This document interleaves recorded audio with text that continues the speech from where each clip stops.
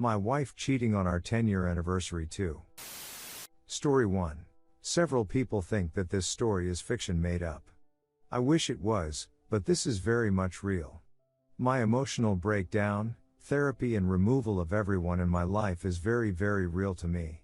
Hi everyone, I have been reading your messages since D-Day and I saw a few people say that like me they lurked for some time but felt that it was important to share their experiences for their own sanity and to hopefully help others as well, so here I am. I'm sorry this is going to be very long, I really need to get this off my chest. This is making me very nervous just writing this, so please bear with me. I 32 meters met my 28F fiancé 3 years ago. At the time I had just gotten out of a full-blown narcissistic relationship. I didn't even know what a narcissist was before then. Most of you know the horrific nature of that relationship, so I won't go into detail, but I will say that I lost my home, my dog, was left in debt, extremely traumatized and had a complete breakdown. There is also 10 pages of a police report for good measure. I wound up living in a shed on my best friend's property while I tried to get my life back together. I mention this because I want to explain how this situation came about. I spent 6 months alone working on myself after that experience and felt finally okay to get back on the dating scene. I kept remembering the meme on Facebook that said you meet the best person after the worst, so I was hopeful. I met my fiancé on Tinder. I know, not a good idea, and we seemed to hit it off quite well. I told her what I was going through and she said she was previously engaged but called it off due to it not working out and some trauma herself. Went on a few dates and ended up sleeping together. She was living with a friend at the time who got very cold toward me, and red flag number 1 popped up that they were actually sleeping together, and he had gotten jealous that she no longer would put out and wouldn't let me in the house. I also was quite anxious for my first time dating and completely ignored the fact that this girl was going on multiple dates and essentially using guys for validation and free meals. Big red flag, I know, but because of my previous experience I really was just grateful that someone even liked me. She had not been working for over a year due to some issues at her previous job and seemed to be stuck in her bed for days at a time and would only go out if it was with me and I suppose other men at the start. I told myself this girl is just as broken as I am, but I know how to fix this because gone through the work, so it's okay. She ended up moving into this tiny shed with me so we could actually be together only after 2 months. At first I was surprised, but I was also relieved that this girl wasn't just after money or status, and I felt she genuinely cared. Any girl who was willing to be in such uncomfortable living conditions just so we could be close was amazing to me at the time. When I was moving her things she barely lifted a finger. Her and her ex stood there discussing what to keep between them while myself and my best friend loaded everything. Her cat had also just given birth to kittens which she did not want to give away but said she'd look after them. Problems started almost immediately. When I went to work she would spend all day in the shed and not leave, wouldn't speak with my friend as partner or help around the house. When I get back the cat litter was never emptied, so the shed smelled horrible each day. Her reason was she was extremely anxious and depressed and just didn't have it in her to motivate. There were small bursts of improvement followed by the same pattern. I continually told her the best thing she can do is to get out and just go for a walk and talk to herself. This was not in a city but a town of 1,000, so lots of space to vent, relax and focus on self-healing and growth, but she never did. Fast forward another 6 months and I had found us a house to live near the beach. I had regained my self-worth and was doing better at work. The same patterns continued. She would not clean, or cook or pick up after the cats. I talked at length to her about this and was always very patient and understanding, but said we need to meet each other in the middle here and work as a team to help rebuild our lives. This worked on occasion and I would come home and the house had been cleaned, which was nice. I'll add that during this time she provided no financial support and I needed to pay for everything including her smokes, food, cat food etc., along with my own as well as rent, power etc. I had talked to her multiple times about getting even a basic job like McDonald's or a service station just to get herself back out there and to help me out, but she said she hated those jobs and wouldn't do it. She was extremely anxious about being alone or in the public, so would not do any shopping or go out unless I was with her. She said this was due to childhood trauma and bad relationships, and because of my last one I said I understand, so let's work on it together. She wasn't able to handle conflict at all. When there were issues that needed addressing, I would sit her down and say we need to go over this, but she would either go off topic or simply say I can't deal with this and walk out of the room or avoid me altogether. I would give her 10 minutes, then come in and say the problem won't go away simply by ignoring it. I would remind her that I'm not going to leave, I'm not going to yell, but we need to address these issues so we can move on. This sort of thing went on for about a year or so. Without me realizing it, I was getting more and more depressed and lower in energy. I'm sure you guys know how it feels when you wake up in the morning with a smile on your face, roll over to your other half and say good morning darling, and you get a hey hun, can you put the coffee on? No smile, no energy. Just a miserable face like it was the worst day. This started to take a toll, and without even realizing it I had started to lose my energy, my joy for life. My S-time drive took a huge dive, and I actually felt really bad about this because she would constantly ask and I just wasn't in the mood. What I didn't realize was this girl had made herself the center of my world. Everything revolved around her. I stopped going out, I stopped seeing my family, etc. The second year she was doing a bit better and I had helped her through a lot of her anxiety and depression. She could go to the shops to get food without me and was taking regular walks with me outside. Things were looking up. I even motivated her to follow her goal of becoming a mental health worker. I kept reinforcing and giving her all my time, love and dedication, and eventually she got onto a course that she absolutely loved. It was the first time she'd starting to really live properly again. I would pick her up and drop her off each day and she was smiling and laughing again. I was happy, I really was. While this was going on, I began to have this massive urge to begin self-improvement. I wanted to get back to the gym, to start my hobbies again, which at the time she said yes. Do it, you need to. However, each time I attempted this, without even realizing she was sabotaging me progress. If I got home and said okay, I'm going to cook a healthy meal, it was oh we had that 2 days ago, let's just get takeout. When I said I wanted to quit smoking, she said great, me too, but she only lasted 2 weeks. And it started to become a pattern. I would say let's do this to improve our lives. She would be on board for about 2 weeks, then fall back into the same pattern of low energy and none interest. By this point I realized that her codependency was not going away, even though I had talked at length about it with her. I told her I used to be like you. I know that you love me to an extent, but only because you need me, not because you want me. I would tell her that I can tell you, my darling, I don't need you, but I want you. I love you with every inch of my being. I know you're not perfect, but I see the person you truly are underneath all this. She agreed, and again 2 weeks later back to the same habits. Talks again of standing up for herself, not trying to just like the things I like, but finding out who she is and what she enjoys. I made a decision at the end of the year that I was now enabling her, and in turn I was not honoring myself, because after all the talks and all the conversations, patience and understanding, she was still making me put her first beyond anything else. I took her for a walk one day and said, I'm going to move into my brother's house and you are going to get a flat on your own. One of the biggest reasons for this was that I always felt so underappreciated for the things I did for her, all the cooking, cleaning, taking care of absolutely everything in our lives. I said that the best thing is for you to find a flat so you can learn to do these things on your own and understand that you don't need someone to look after you for you to be okay. Of course she panicked. Lots of arguing, crying. But eventually she began to see the positive.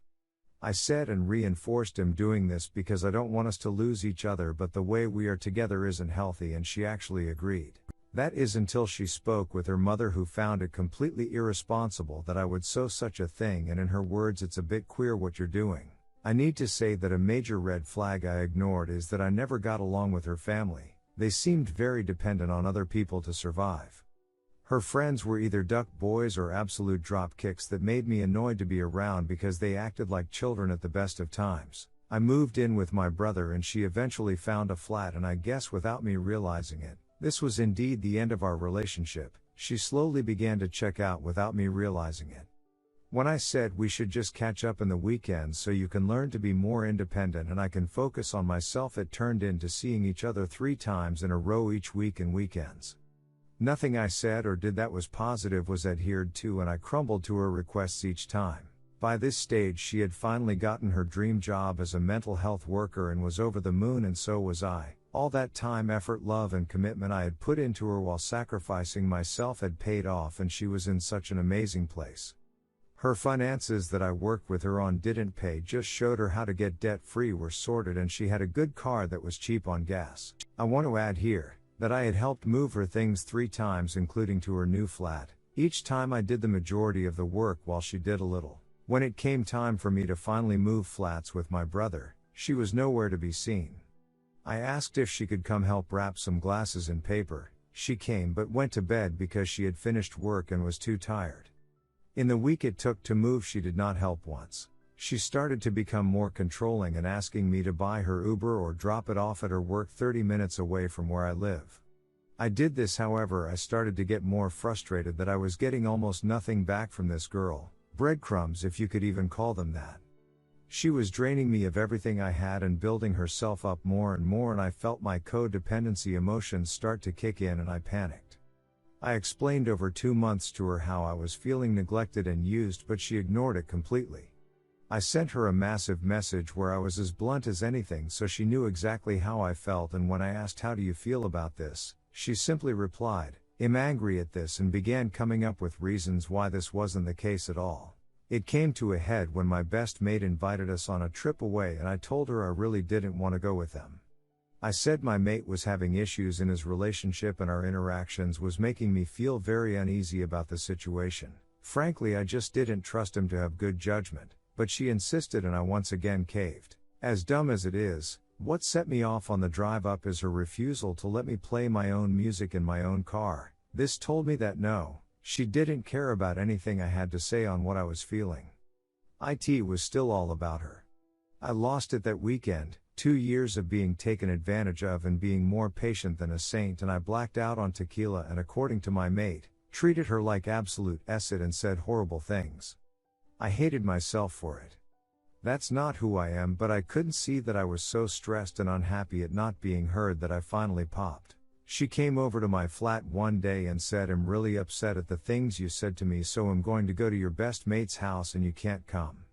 I said that's not okay. She said it's not to see him but his partner. "We get along really well now, they used to hate each other." She said, "I need a girls' night and just have some fun." I told her this made me really nervous, as when I was younger 2 of my close friends had a threesome with my then girlfriend and lied about it for months. I told her this and she said, "4 told you over and over, I'm not like your other girlfriends, you can trust me, hun." I called my mate and he said, "Don't worry, I'm not drinking, it'll just be those 2. So the day comes and she goes off, messages me throughout the night and says, "I love you so much, my darling. I can't wait to spend the rest of my life with you." She said this while she was cheating on me. The next day I knew something was off. She came over to mine and I had already started drinking from pure panic. I called my mate and he said, "Don't worry bro, I kept my pants on this time." I texted him again later and said, "Are you sure nothing happened, man?" He said, "I promise man, nothing at all happened, it's all good." I asked her and got a stern 4 told you time and time again, I'm not your other girlfriends, you need to trust me. The only reason I found out was my best mate's partner's guilt kicked in and she spilled the beans. That text, I'm starting to cry just thinking about it. That text broke me in ways I didn't know was possible. 4 been friends with that guy since I was 5 years old. His partner since I was 13 years old. I won't go into the emotions because we have all felt it, but the level of betrayal and disrespect, man. It kills every part of you that was good inside. When I called my mate I said why, all I got was, "I don't know man, sorry," that was it. Neither of them gave 2 s's. They were more upset at each other and couldn't care less, they just ducked over their oldest friend. And I wish that was the end, but it isn't. I took her back, I believed all the words she said of sorry and mistakes and I love you and well fix this. Even though she just proved she could lie through her teeth and be completely fine about it. I don't want to go over what happened, but she had us each get promise rings made so it would prove her loyalty to me and that she never wanted anyone else. I caught her 4 weeks later cheating on me again with either one of her old duck boys or someone she met on Tinder. When I confronted her she said, "Hess, just a friend." I asked, "Did you tell him you had a boyfriend?" and she said yes. So I started typing on her phone and she panicked and said, "Give it back." I said, "What are you doing?" Tears in my eyes and she said, "We're done." I'm done. When I asked her why she said this. It was easier to break up with you than to tell him. 3 years. All that effort, money, love, time, all the drama, all the work, and it was easier to end the relationship than to tell a duck boy she had a partner. From what heard, she went on a duck spree, having threesomes and doing random guys within days, and got into another relationship after about 6 weeks, only because her new guy turned her down, otherwise it would have been within days. Just duck. Story 2. My 35 meters wife 35F and I were married 10 years ago yesterday. She has been working on a big project for the last few months. The last 4 weeks or so she has been putting in extra time, staying late, going in early, to finish up by deadline. This is a career maker for her. I work construction. With the rain we have crazy hours trying to make up time that we missed. So I work 12 hours on the days it's nice, sometimes a little longer.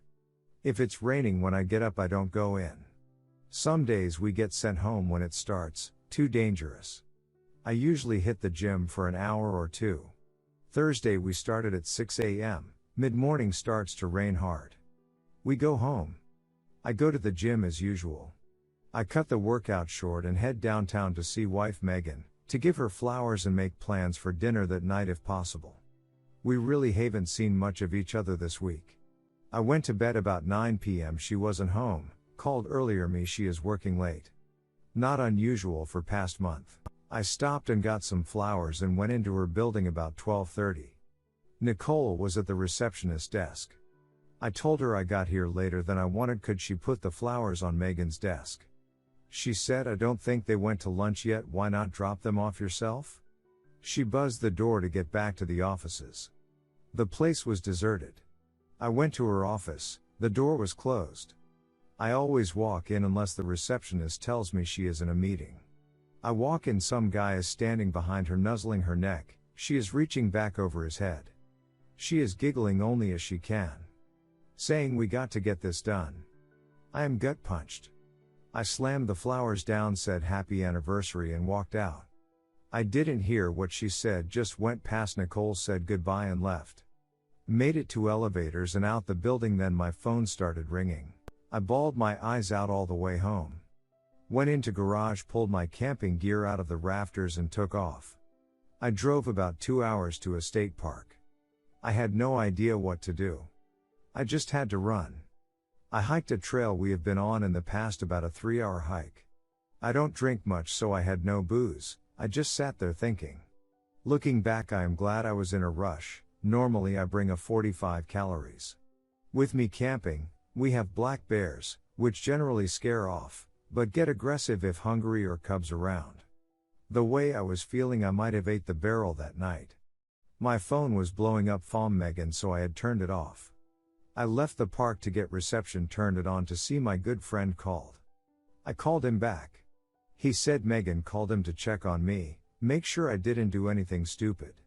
We talked a bit, told him I got to think this through, would catch up on Friday. So while I'm thinking about this, I go over our marriage from the beginning to see what I missed. We come from completely opposite backgrounds. My grandfather raised me with my mom. He taught me about life. He had a little saying about everything. He told me marriage would be the hardest jobs he ever had, you had to work on it every day. God, I miss him. We did not have much, heard mom and grandpa having many discussions about bills. They worked hard, and my brother and I did not miss out on anything we knew of. Megan was born into money. Not overly rich but very comfortable.